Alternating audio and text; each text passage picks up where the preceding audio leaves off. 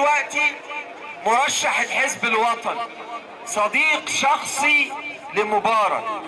هذا الرجل الذي كان شريكا لمبارك في كل جرائمه هو واحد من ثلاثة: يا اما كان شايف جرائم مبارك وساكت عليها، يبقى في الحالة دي شيطان اخرس، يا اما كان مشارك فيها يبقى هو مرتكب للجريمة، يا اما كان بيقول ده مبارك غلطان بس ساكت عليه عشان يوصل، يبقى انساس خسيس ووصول.